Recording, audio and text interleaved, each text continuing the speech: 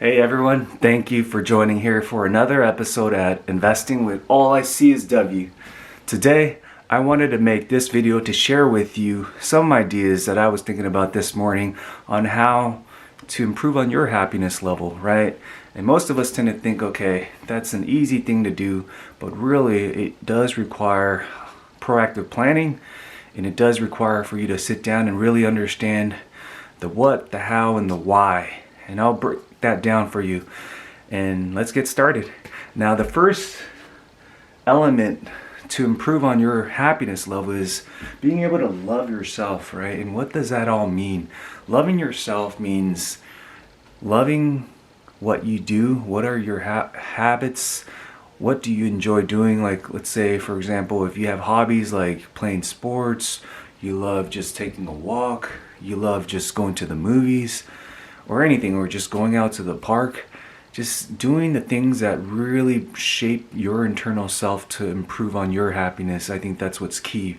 And knowing to paint your own picture and follow that, and you want to lead your own path in your own happiness to be able to enjoy what you enjoy doing. And that's your own personal identity, because everyone is different, right? Everyone has their own individual story. The question is, are you living your own individual story? And that's what's key. And I wanted to share that with you because in most cases we tend to fall into the trap of living in the lives of another person's story.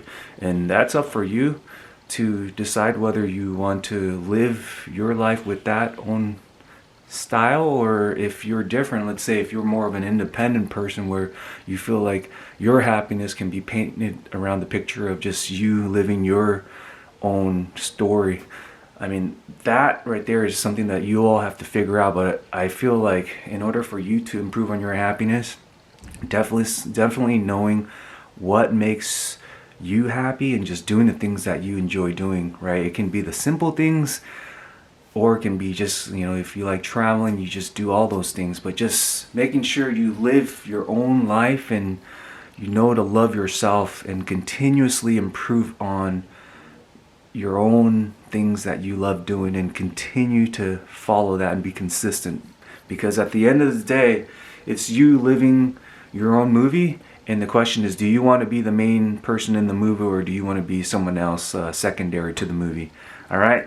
Now that's step number one. Now, step number two is knowing your purpose. And what does that all mean, right? I tend to think of why. So why am I here?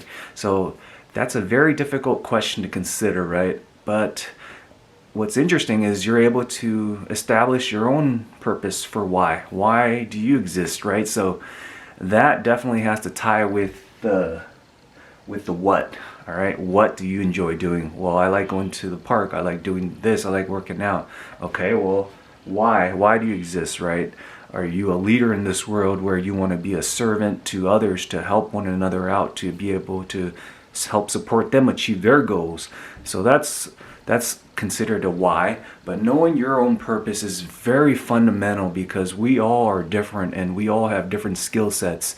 And let's say if you want to apply your why where you want to master your own skills, so that's your why. And the question is whether the what aligns with your why, and whether the outside world supports your own individual purpose. And that's what's key, right? Because your why is basically the heart and soul of what you believe in. These are your fundamentals, and the goal is all of the things that you believe in should align with your own purpose. Because if you don't have a true purpose in this world, everything else kind of just is outside noisy data. And the true purpose is what your heart really feels. And that's why it's great for you to define what your own personal goal is, what's your purpose in this world, right? Because at the end of the day, it's always key to plan out your purpose based on you just picturing your morgue. Okay, let's say we know that we all have an end of life here, but knowing to set your purpose specific to that limited time frame. We all know at the end of the day we'll be in a coffin. I mean, it sounds pretty bad, but that's reality, right? So being able to establish your purpose, knowing that you only have X amount of time in this world and you have just that time to accomplish your purpose. Okay, because we all have a why here in this world based on our skill sets, and the question is, how far do we want to pursue with our why to make us feel like we are content with our happiness. Now, the last step I wanted to share with you is knowing what needs to be done differently. Okay, so what needs to change with your own current strategy? That's the how, right? So here we have love yourself, that's the what. Know your purpose, that's the why.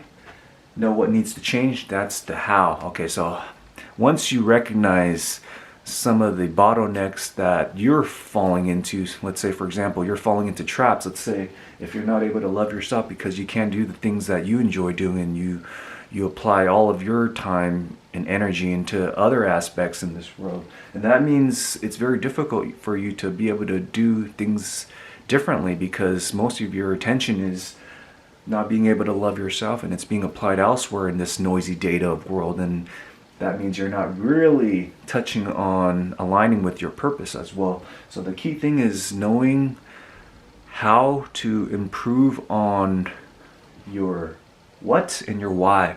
So think of number 3 as this is a mechanism to improve continuously on your why, which is your purpose, and your what. What do you enjoy doing? So that's the key thing. Number 1, establishing, knowing what makes you happy. What are the key things in this world that make you happy? Number 2, what is your purpose? Why do you feel that your purpose is important in this world, and what can you do to improve on that? And number 3, these are the tools and techniques to improve on your what and the how, for you to know what needs to change now that you are aware of what can improve in your world. Now, what needs to change for me is that I feel like I need to really understand and establish my baseline and focus on myself so that I can deeply grow and feel more appreciated with why I exist. And I think that's what's going to really make me happy and appreciate why I do what I do and what I do and how I do what I do. And I hope that this video gave you insight on how you can improve on your happiness level. And it's always important to get into that thinking mode of knowing that, hey, we're not all perfect here in this world, right? But we are constantly taking information in.